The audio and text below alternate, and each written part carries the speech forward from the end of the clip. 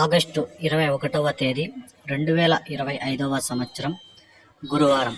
ఈ వీడియోలో మదనపల్లి టమోటా ధరలు ఎలా ఉన్నాయో తెలుసుకుందాం.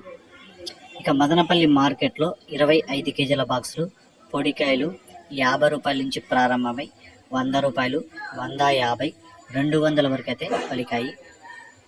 మూడవ రకం కాయలు చూసుకుంటే 300 నుంచి ప్రారంభమై 350, 400, 450, 500, 550, 600 వరకు అయితే పలికాయి. రెండో రకం కాయలు 800 నుంచి ప్రారంభమై 850, 900, 950, 1000 రూపాయల వరకు అయితే పలికాయి.